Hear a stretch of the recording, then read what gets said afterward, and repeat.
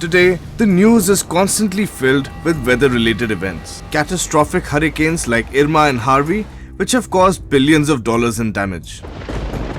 Floods in Mumbai, Assam, China, thunderstorms sweeping through northern India. Unusually cold winters and bizarrely hot summers, the list just goes on. In this episode, we will explore disasters related to thunderstorms and study the impact, the science, and the solution behind them. Let's journey into the heart of a thunderstorm. Most of us have seen one, but do we know how it evolves? A thunderstorm starts off with air near the ground getting heated. This air then travels up through a process called convection. This upward movement or updraft creates a cumulonimbus cloud, which will eventually be the thunderstorm cloud. Now, a downdraft is cool air sinking back to the ground, and downdrafts are created by the falling water droplets. Along with water, these downdrafts also drag cooler air down.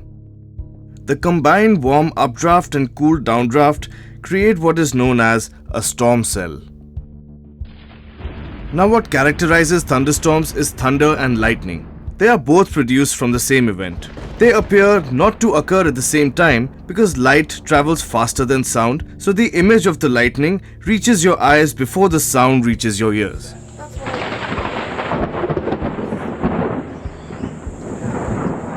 Now, thunderstorms mostly occur in the tropics and temperate regions in the world. They are rare in polar regions and infrequent at latitudes higher than 50 degrees north and 50 degrees south. Thunderstorms in India are a common pre-monsoon phenomena. The conditions in these months, increased convective activity, moisture supply, and low pressure troughs make the creation of thunderstorms a likely event.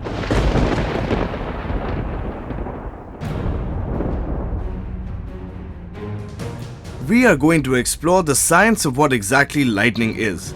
But first, let us take a look at its impact. Data shows that lightning kills more people in India than any other natural disaster. Almost 2,000 people in India die every year due to lightning. Between 1967 and 2012, lightning accounted for 39% of deaths that resulted from natural disasters in India. Just to put it in context, this is more than the number of deaths caused by flood, landslide, heat stroke, and cold waves. Lightning does create a lot of damage, and it has always been there. In fact, that is one of the phenomena that has the least lead time to predict. So you cannot warn a person working on a farm that there is a lightning strike likely. Now, lightning is very common. In fact, thunderstorm indicates that there is lightning associated with it. What happens is the intensity of the lightning, the cloud to ground lightning, the severity of it determines the devastating potential of it. Now, interestingly, lightning is one of the few natural phenomena that cause such damage that is not covered by the Disaster Management Act that lays out guidelines for so many other disasters.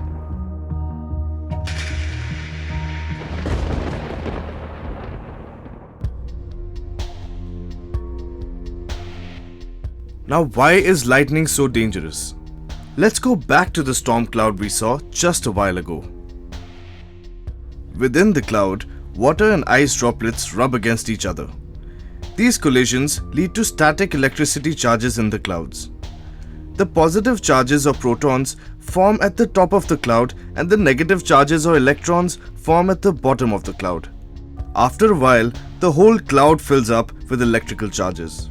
As the charges increase, the electrical field becomes more intense. This repels the electrons on the surface of the Earth, and this causes the Earth's surface to acquire a strong positive charge. This charge is focused on anything that sticks up, like a tree or a building or a person. The cloud's electric field also transforms the air into a conductor, and this makes the transfer of charges from the cloud to the ground or even to other clouds possible. Lightning is extremely hot. A flash can heat the air around it to temperatures 5 times hotter than the sun's surface. This heat causes surrounding air to rapidly expand and vibrate, which creates the pealing thunder we hear a short time after seeing a lightning flash. When the lightning hits the ground, it causes a trail of plasma that lights the sky with those telltale zigzags of bluish white light that we see as lightning.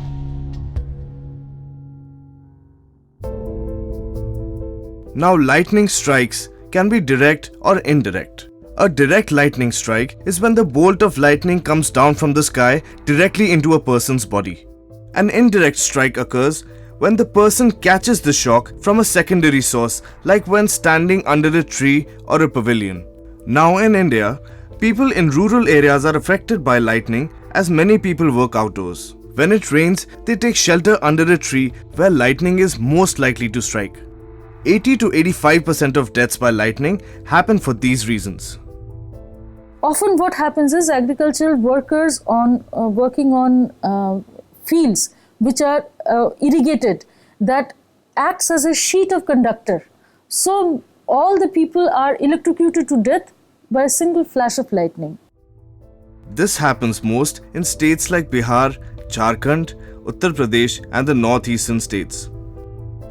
For example, in May 2018, as many as 80 people lost their lives due to thunderstorms and lightning in India, with Uttar Pradesh alone recording 51 deaths.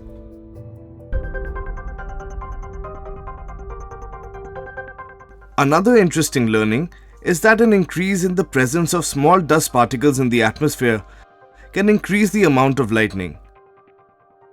This is because the dust particles often become the nuclei for small ice crystals. And when these rub against each other, it can lead to the formation of lightning. Now, lightning has its uses too. For example, it helps fertilize plants. Our atmosphere consists of approximately 70% nitrogen, but this nitrogen exists in a form that plant life cannot use. There is a form of bacteria that helps plants access this nitrogen. Nitrogen has a triple bond which requires a lot of energy to break, which is why nitrogen is unreactive in the gas form. Once a lightning strikes, this bond is broken and the nitrogen and oxygen will react, forming nitrates. This process is called nitrogen fixation. Lightning also produces ozone.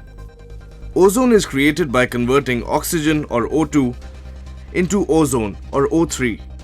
Now, the curious thing about ozone is that in the lower atmosphere, it is an air pollutant that is harmful to breathe. But in the upper atmosphere, it plays a critical role in shielding the planet from harmful ultraviolet rays.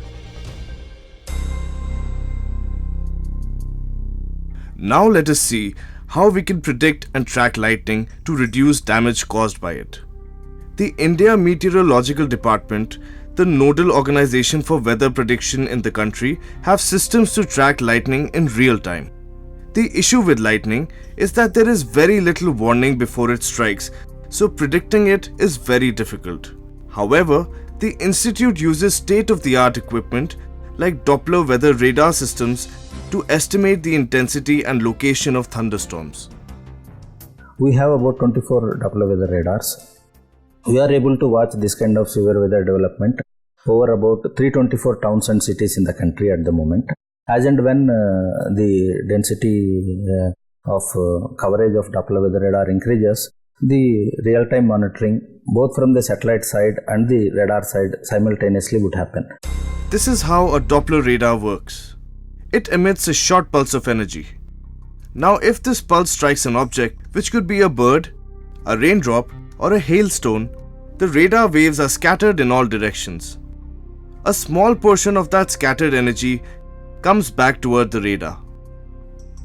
By measuring the frequency of the reflected pulse of energy, we can work out the velocity of the object.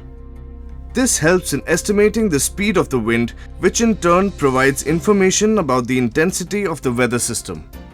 While this may not be able to pinpoint lightning, it will tell us when atmospheric conditions are ripe for lightning strikes. The Indian Institute of Tropical Meteorology in Pune is working on a project that will send messages to vulnerable communities about the likelihood of lightning in an area. They are collating information through a lightning location network that comprised 20 sensors across the state of Maharashtra. The results have an accuracy of over 90%. Data collected from across the sensors are shared currently with the state government, and it has been proposed that a similar network will be established in all states.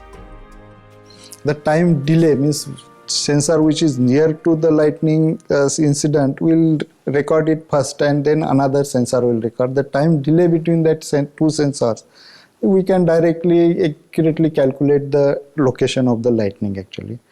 And same way means we can track it, means if next lightning how it is moving, that we can find out actually.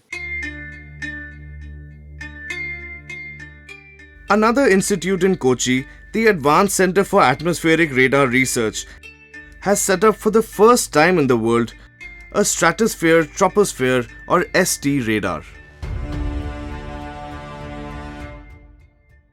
The troposphere and stratosphere are the first two layers of the Earth's atmosphere.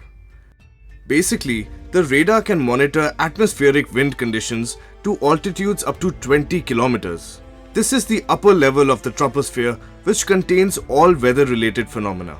And so, this radar has the capacity to improve short-term weather forecast in severe weather events such as thunderstorms. These can be predicted with ample lead time so that fatalities can be avoided.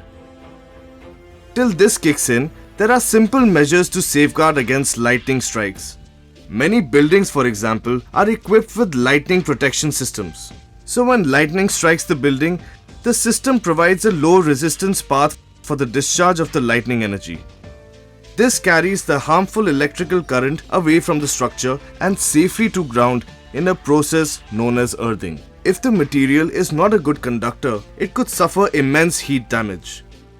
The lightning rod system usually uses excellent conductor and thus allows the current to flow to ground without causing any heat damage. What happens when you are out in the open? If no shelter is available, crouch low with as little of your body touching the ground as possible.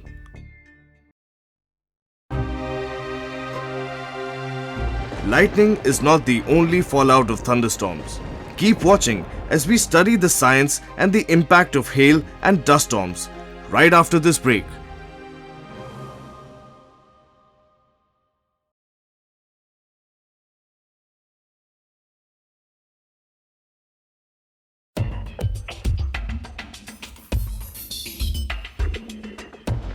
In our journey through thunderstorms, we have explored the phenomena of lightning. Now hail is another phenomenon that also arises from thunderstorm. Let us see how hail forms. Hail is formed when drops of water freeze together in the cold upper regions of thunderstorm clouds. These chunks of ice are called hailstones. Hailstones are not frozen raindrops.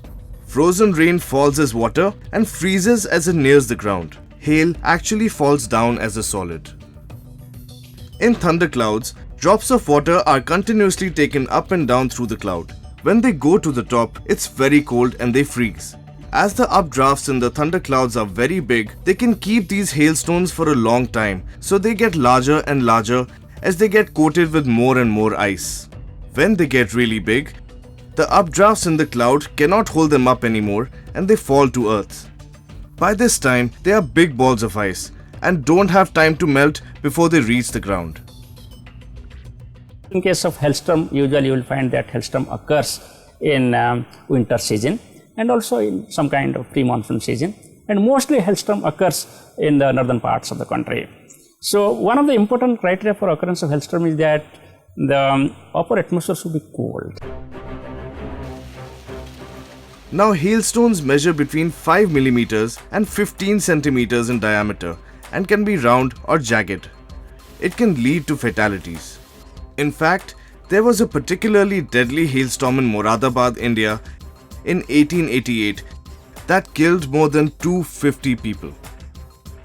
Hail is one of the most feared weather phenomenon because it has the potential to destroy plants, trees, crops, animals and human life if strong enough. Whenever this hailstorm takes place in North India, then only damage to crops will happen. So that's how March and April hailstorms or thunderstorms are damaging to the crop yields.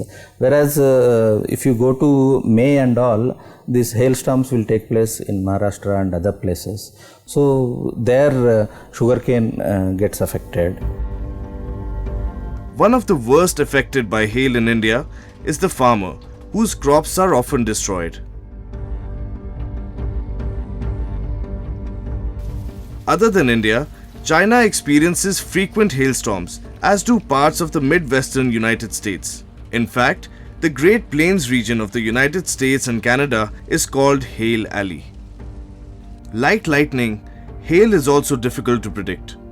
The scientists at the Indian Institute of Tropical Meteorology in Pune are trying to use their sensor systems, the same system that is used for lightning, to map hailstorms. This is tied to a communication system that warns people an hour or two before the storm strikes. The main objective of these detectors is to understand the genesis of the thunderstorm and improve nowcasting and alerting. So if the forecast is more than 12 hours and goes up to say 3 days, 72 hours, it is called short range. And from 72 hours to say 240 hours, 10 days, it is called a medium range. So this is basically the time range. If it's less than 12 hours, it is very short range. If it is within 3 to 6 hours, we call it nowcasting. So normally in your other answer like thunderstorms, because thunderstorms are so localized and last for such a small time, so mostly it is considered, it is IMD and many all other agencies, they consider it a fit case for nowcasting. Here are a few quick tips to keep in mind if ever you are caught in a hailstorm. Hailstones vary in size, but even small ones pose danger. So head indoors, put vehicles in the garage and bring pets inside. Once you're indoors, close all curtains to prevent broken window glass and hailstones from entering your home. If you're on the road, stay in your vehicle and pull over. Make sure to be careful about glass breaking. Otherwise, look out for substantial structures like highway overpasses or awning that can protect you. Protect the roof of your house by covering it with plastic or aluminium sheets.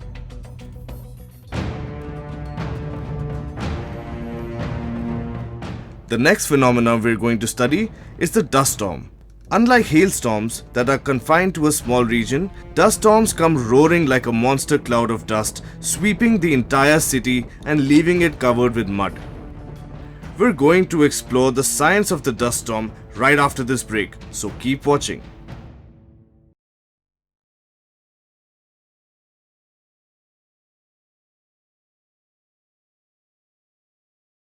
In our exploration of thunderstorms, we now see how dust storms work. Sand and dust storms are common meteorological hazards in arid and semi-arid regions. They are usually caused by thunderstorms or strong pressure gradients which increase wind speed over a wide area. These strong winds lift large amounts of sand and dust from the soil into the atmosphere, transporting them hundreds to even thousands of kilometers away. Dust storms often happen when there is an absence of moisture. Once released from the surface, dust particles are carried to higher levels of the troposphere by turbulent mixing and convective updrafts. They can then be transported by winds for lengths of time depending on their size and other weather conditions before being pulled back down to the surface again. In this kind of storm, horizontal visibility is often reduced to less than 1000 meters.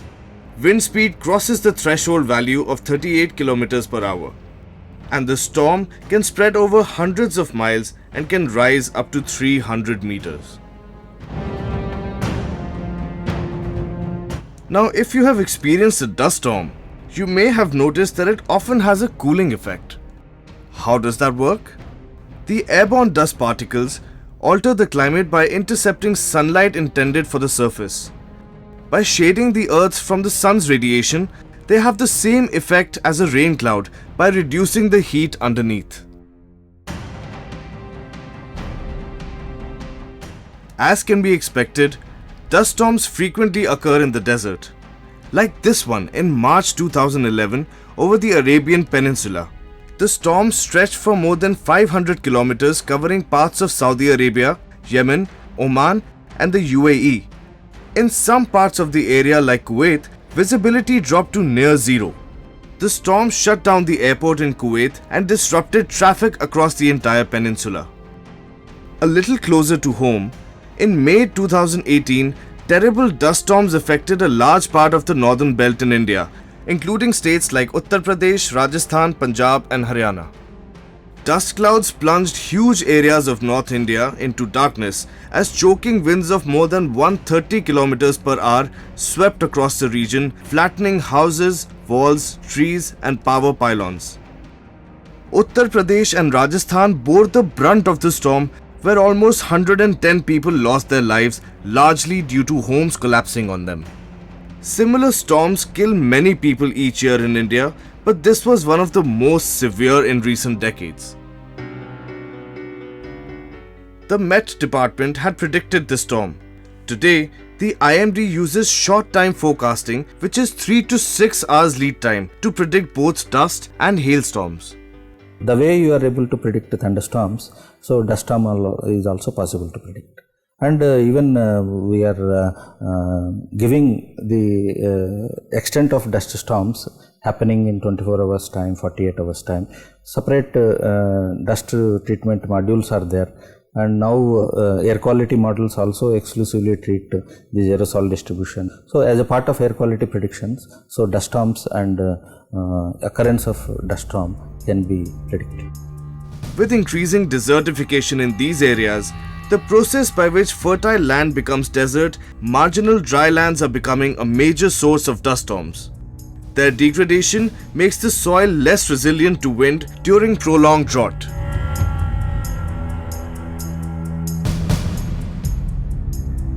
With these increased risks, here are a few things to keep in mind in case a dust storm strikes. Put a mask over your nose and mouth.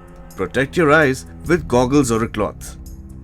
Avoid outdoor activity and vigorous exercise. If you have a respiratory condition, watch out for symptoms such as shortness of breath, coughing, or wheezing. Visibility deteriorates very quickly during a dust storm, so if you are on the road, pull over till the storm passes. What is clear today is that weather-related disasters will increase. Especially with the rise in the emission of greenhouse gases, there will be more frequent extreme weather events such as droughts, floods, storms, and high winds.